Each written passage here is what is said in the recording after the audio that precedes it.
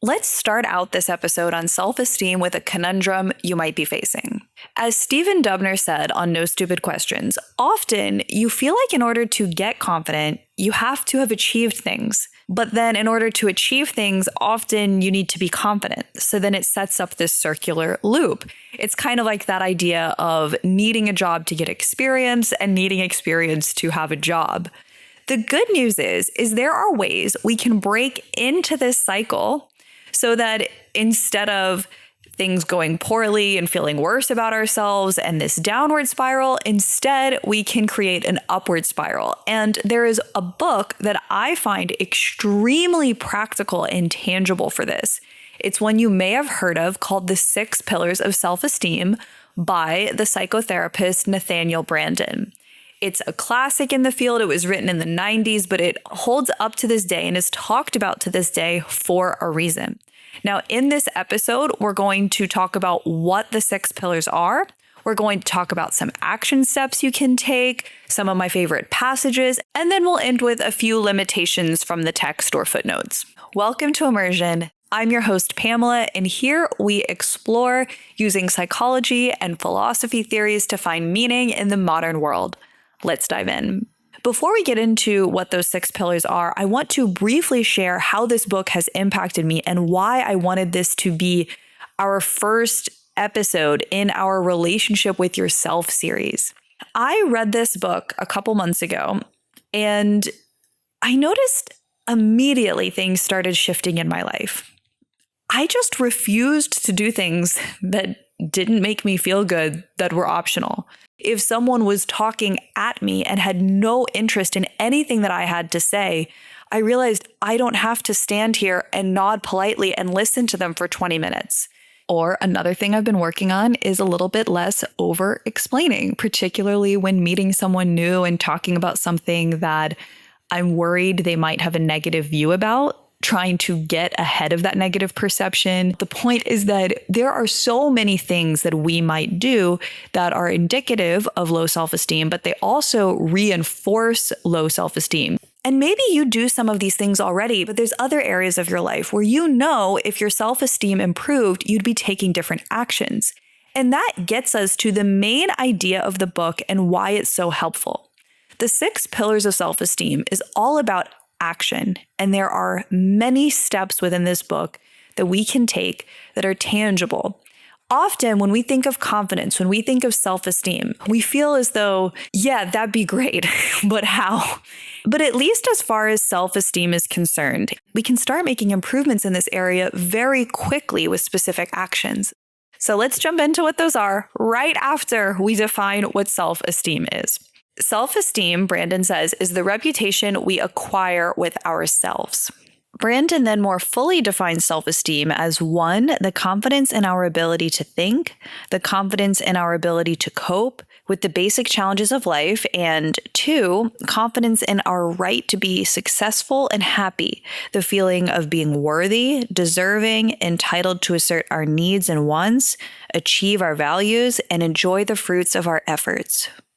So this is really interesting. Half of it is about self-acceptance and, as we'll be talking about next week, self-worth. Just believing that we are deserving of good things, that we have worth as a human in the world as part of our birthright. And the other part of it has to do with self-efficacy, our ability to think, to respond. It's what we do with the opportunities that are given to us. And then that in turn fosters trust. So a lot of that has more to do with competence or abilities, which doesn't necessarily mean being the best, but it's not that same perfectly enduring sense of just inherent deserving that self-worth has. So there's these two beautiful components that Branden puts under self-esteem. It's important to note that if you look in other areas, it will be defined different ways, but this is how we're going to define it, at least in this episode, because we're operating under Branden's framework. Okay, so the 6 pillars we could view as holding up the way we feel about ourselves or our self-esteem are the following, and we'll go deeper into them in a moment. And they are living consciously, self-acceptance, self-responsibility, self-assertiveness, living purposefully, and personal integrity. Living consciously is the root of all of this, and that is why we start with it first. In order for us to change anything or operate using any of the other pillars, we first have to become aware of something. For instance, if you realize that you're not being treated well in a certain relationship, you might take an action with assertiveness or responsibility, but that's not going to happen if you're not conscious of the problem to begin with. A beautiful quote he has on the matter is the opening chapter on the pillar on living consciously. It says, "In virtually all of the great spiritual and philosophical traditions of the world, there appears some form of the idea that most human beings are sleepwalking through their own existence. Enlightenment is identified with waking up. Evolution and progress are identified with an expansion of consciousness."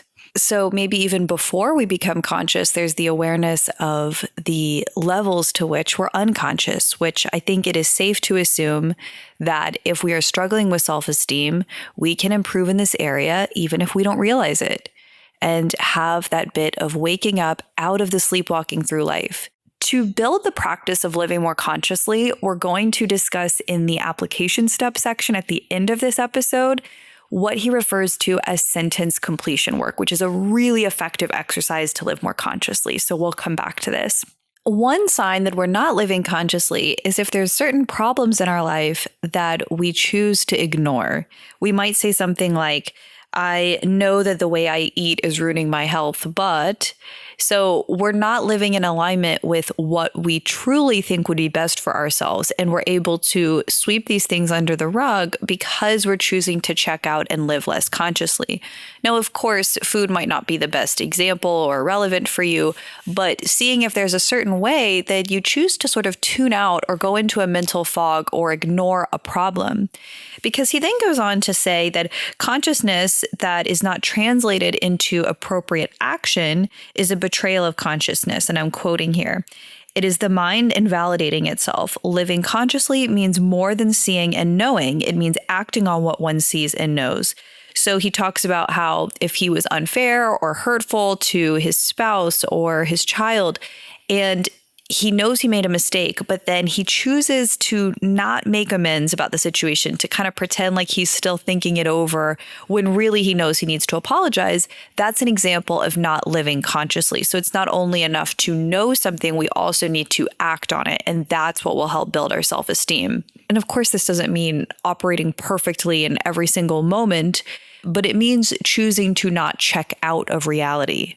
The next pillar that we mentioned is self-acceptance. And like I mentioned in the beginning of the episode, self-acceptance is very close to what a lot of people would define as self-worth. I'm going to read some here. He mentioned that self-esteem and self-acceptance are so close that often people conflate the two, but they're different. For instance, self-esteem we experience, self-acceptance is something that we do. To be on my own side and to be for myself. Another area from this chapter is he says, self-value and self-commitment to that derives from the fact that I am alive and conscious. As such, it is more primitive than self-esteem. It is a pre-rational, pre-moral self-affirmation, a kind of natural egoism that is the birthright of every human being.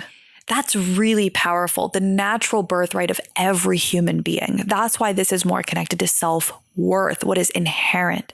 And so last couple things from this chapter that I found really powerful is he said some people are so self-rejecting that no growth or work can occur until this has been addressed.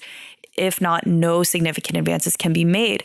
And he also says it's the choice to value yourself, to see yourself with respect, to stand up for yourself and the right you have to exist. Again, this is where a lot of these are connected because self-assertiveness is the standing up for yourself, but the self-acceptance is the belief that you deserve good things to begin with, that you are good, that you are worthy, that you are okay. And for so many of us, it's so crushing that we don't feel this way, that we don't have acceptance, that we don't feel that we have that natural deserving to begin with. So again, I'll pause on this because we'll go into that more next week. The next one that we'll discuss is self-responsibility. In his own words, he says, "No one owes me the fulfillment of my wishes. I do not hold a mortgage on anyone else's life or energy." So this is an area where I think a lot of people throw around the idea of taking responsibility for your life to the point that many of us feel as though we probably are. But what this book challenges you to do is to go deeper with all of these things. The sentence completion work exercises that we're going to talk about as an action step do not only apply for living more consciously, they will apply in every chapter. An example of one here, just so you can kind of get a glimpse of what it is the question of, if I took 5% more responsibility at work, it's purposefully an incomplete sentence because you finish it. I guess I'll just go ahead and get into that here.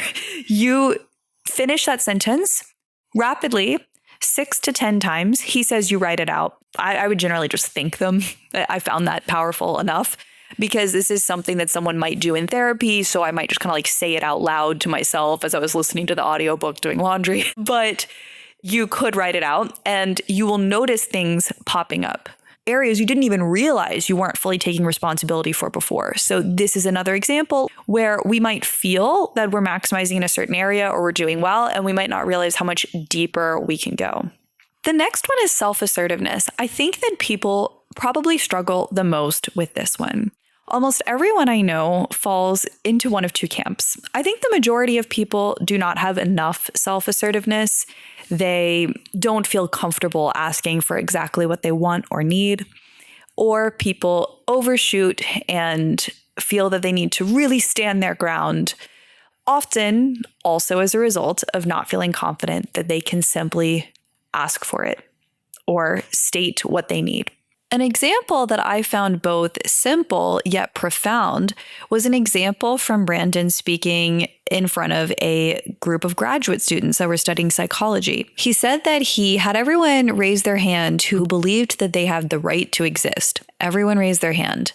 But then when he called people to the front of the room to say to the class, "I have the right to exist," people often either said this in a very meek way or in a very tough way of trying to assert their needs as if someone was going to argue them.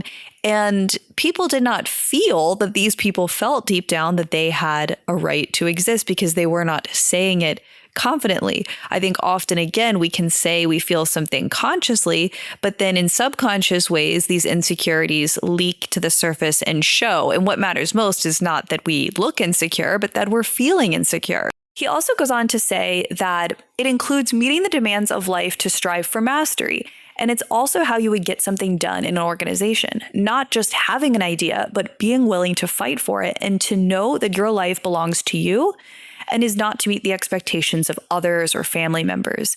So this is also connected to responsibility, because that can be both scary and empowering to realize the vast freedom that is possible in your own life when you do fully step into that responsibility and assertiveness. The fifth pillar is living purposefully. The chapter in the book on living purposefully is probably the closest to that idea of efficacy that many people associate self-esteem as being really intimately tied to. And for instance, he says, fundamental efficacy cannot be generated in a vacuum. It must be created and expressed through some specific tasks successfully mastered. It is not that achievements prove our worth, but rather that the process of achieving is the means by which we develop our effectiveness, our competence at living. And here, I think that what he's getting at, because I believe he talked about in another part of the book that every single organism has a desire for a certain aim or goal, and then they need to go out and get it. And that's the basis of survival. And so, like we've talked about in an episode I did on sensing versus intuition, all of this theorizing is great, but at a certain point, we need to be moving matter in reality. And I think that that's what he's getting at here. We need to be purposefully taking actions in the world. And some of these actions that I've talked about are very internal, but here we want that efficacy proved through actions that we're taking in the world. So this next part is almost just very standard self-help kind of stuff. It's nothing that profound, but I'm going to just weave it in here to more fully flesh out this chapter on purpose. He says, purposeful living entails the following core issues. 1, taking responsibility for formulating one's goals and purpose consciously. 2, being concerned to identify the actions necessary to achieve one's goals. So breaking it down into steps. 3, monitoring behavior to check that it is in alignment with one's goals. So are we actually following said steps? And then 4, paying attention to the outcomes of one's actions to know whether they are leading to where one wants to go. Are those steps that we are taking actually leading us there, or do we need to change our strategy? All of that's extremely simple, but sometimes we need to be reminded of these things. Are we actually doing this for the goals that matter to us? Are we living purposefully? And doing that not only for the sake of achieving our goals, but also for the sake of healing our relationship with ourselves. And we don't need to do this in every area of life at once. Maybe we tackle one area at a time. And the final pillar is personal integrity, where our ideals and values are aligned with our behaviors. We might say we value honesty and we might truly believe that, but if in the moment, for a variety of reasons, we end up telling white lies, maybe to spare people's feelings or just to avoid being uncomfortable, then we've maybe not only lacked assertiveness, another pillar, but we're also not living in integrity with ourselves. All of these things will ebb and flow. We are not going to behave perfectly all the time in alignment with every pillar, but it's about doing these as much as possible and then noticing how different you feel. I cannot state enough that I was not expecting things in my life to change as rapidly as they did once I started this. Within a matter of a couple weeks, things started shifting so quickly that my life started feeling like it was not my own. I think that there's a bit of a right place, right time effect. I've been in therapy off and on for a long time. I read a lot in this field. I'd been working on some of this for a very long time. So I'd encountered this book when I was much younger. And I think I was sort of approaching a lot of it intellectually of, oh, this sounds really good. This quote resonates. Whereas now I was at a time where I was really able to make actual changes, which is again what this is about. It's about taking the actions and then noticing how much better you feel as a result. So I could have maybe known, oh, I'm doing XYZ for the approval of others, but until you're actually ready to take different actions, for instance, maybe sharing more authentically or honestly rather than just saying what other people want, then this is the shift, is you feel differently about yourself as a result of that. It's not about, oh, I was more honest to that person. Sure, great. That's amazing for the connection. But it's also that you are changed through that process. You realize, wow, I'm living in integrity with myself. I feel better about myself. And then it causes that upward spiral that we talked about, not from external achievements, but from how you know you're conducting your life. And then your self-esteem grows and everything else gets easier as a result. One other takeaway before we get into the action component is that some of these pillars might be easier for you than others, and also upholding them in certain areas of life might be easier than others. Maybe you find it a lot easier to take responsibility at work compared to your relationships, or vice versa. So the sentence completion work, like I mentioned before, is those 6 to 10 completions of a beginning of a sentence. The main rule is that it needs to be grammatically correct, meaning you do need to finish the sentence. It also needs to be automatic. We're not trying to overthink it. And by having several, not all of them are going to be profound. But by doing this repeatedly, and I will link a website and his book that spells out a little bit more how to do this more in depth, by doing it over a certain period of days, certain things will come up that really surprise you. We're taking the subconscious and making it conscious. This is one reason that therapy works, but this is an example of how you can unearth things and make it conscious on your own as well. So let's take an example. If I showed up 5% more consciously to my primary relationship, what would happen? If I showed up consciously, we couldn't keep sweeping things under the rug. It's amazing how we're able to do this as humans.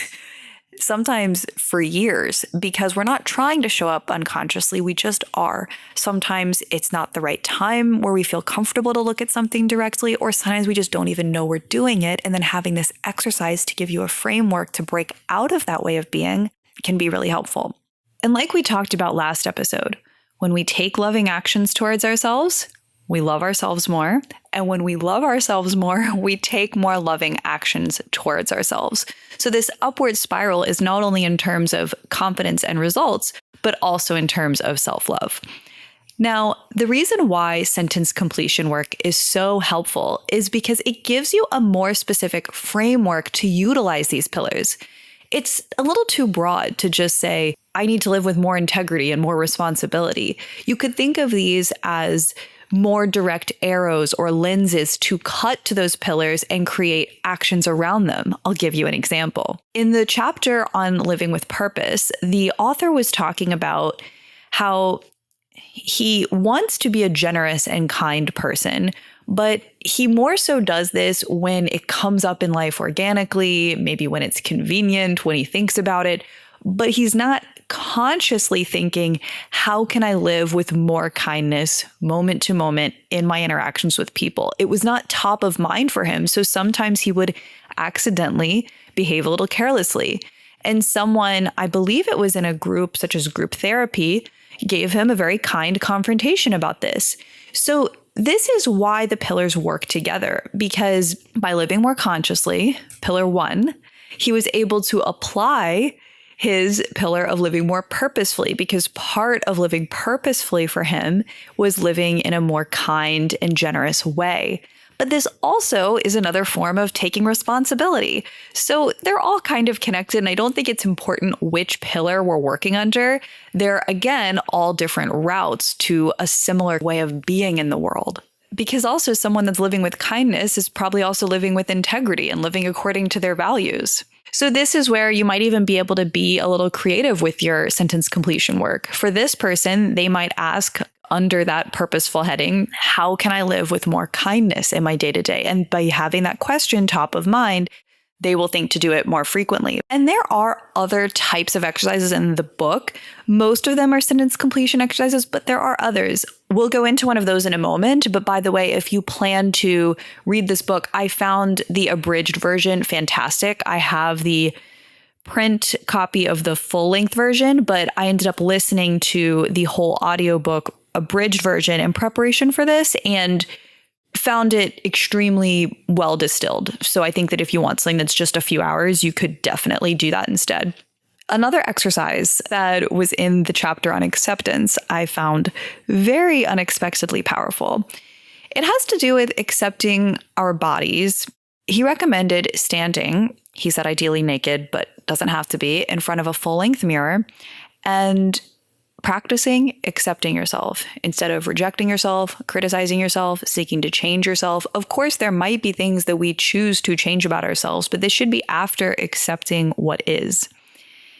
And this gets easier and easier in time. And something kind of powerful happened for me after doing this. I always actually just did it when I brushed my teeth. I would just look at my face and kind of do it for time's sake. And it just was a practice that felt better for me. But it was so weird because often I look at myself and you just see certain things like, I need to make a hair appointment. I need a trim. You just like see those things versus, oh my goodness, who is that behind those eyes? That is a person. That is a human being. And I know that we know that, but when you keep doing this, there might be some powerful shifts that happen for you, even in a very simple exercise like this, and just seeing your own humanity, your own worthiness of, wow, this person just needs some love, even more than they need a haircut. So we'll end with two things. Like we had talked about some footnotes about this book. But before that, I want to address something that he talked about in this book and I brought up in the last episode, but I think I could give a bit more context for. I brought up the fact that parents that raise their kids in a way that's overly encouraging, overly praising for their accomplishments, not only will that kid probably think, oh, I'm doing good, so I'm lovable, but if they're only told that they're the best all of the time, they won't have any sense of their limitations or the idea that, oh, it was really good that I worked hard on that. For instance, they're being praised that they had a good result. So then they might just think, oh, I'm naturally good at things, or that's how I have to show up. But even more than that, If they're told they're the best at everything, again, they don't have a very accurate view of the self. So then they'll go out into the world and then be hit with walls, roadblocks, and they won't know what to do with them. Because healthy self-esteem, when we're living consciously, we have a very accurate view of both the world and ourselves. For instance, someone might realize, oh, I am very emotionally aware, both for myself and others, but I'm really bad at directions and things in the tangible world like that, such as navigating spaces or assembling furniture. And that's okay. It's something they can improve. It's something they could enlist the help of others for, but it's a full conscious awareness of our strengths and limitations. And then we don't have to feel bad about ourselves. We just know that we're seeing reality clearly. So one exercise you can do for yourself is to just sit there and actually think about what you're genuinely good at and what you genuinely struggle with. I think a lot of people have a hard time with this. They either overinflate and have a hard time acknowledging their limitations, or they shrink themselves down and have a hard time accepting any praise or stepping into and owning things that they're good at. So now we're in the footnotes section, and just 2 notes about this book. When you look it up, it does fall within more of the self-help space. Yes, Nathaniel Branden worked as a therapist, but most of what he was talking about is just things that he observed. These are his observations. This is what he thinks helps. He wasn't a researcher. He did not research this with trials with hundreds of people, but granted, he worked with lots of people and he studied this idea for a long time. So a lot of what he says can help. But if you were to, look up, is this book really respected among clinical psychologists and researchers? Like, probably not, but might some of them say, yeah, it helped me or it's helped people I know? Sure, some might. So really what it comes down to, like a lot of things, is it helpful for you? And it was helpful for me, and I hope it will be helpful for you too. The very last thing to note, and my real criticism of this book, is partially due to the time and partially based on where Branden was brought up. I think that it is very close-minded about other cultures. For instance, collectivist cultures, which seek more connection and harmony. Between being written in the 90s and in the United States, there was a very individualistic approach. And not only is that feeling and idea pushed throughout the book, but he even directly makes comments I remember finding offensive, incorrect, close-minded about other cultures. Because I recently read the abridged edition, it's been a long time since I looked at the full edition, like 10 years. In the abridged edition, there was only a brief part talking about other cultures. But I remember thinking like, oh, that is not good, not a good way to talk about that.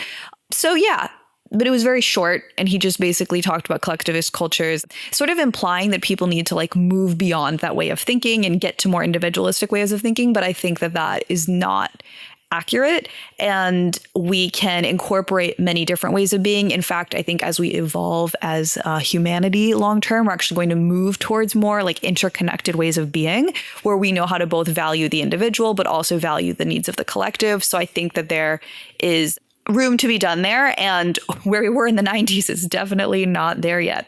So those are my thoughts. I'd love to hear your thoughts on any of this. Next week, we will have an episode on self-worth, and really excited to keep going in this series with you. I don't know if I brought this up in the beginning, but this is part 2 in what will probably be about a 10-part series on working on the relationship we have with ourselves. So if you want to see the intro and a primer on that, you can look to last week.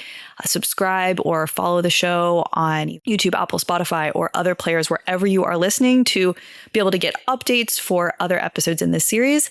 And finally, consider sharing with a friend and working with them through this subject, because it is very heavy and having support can be really beneficial. Thank you for being here, and speak to you next week.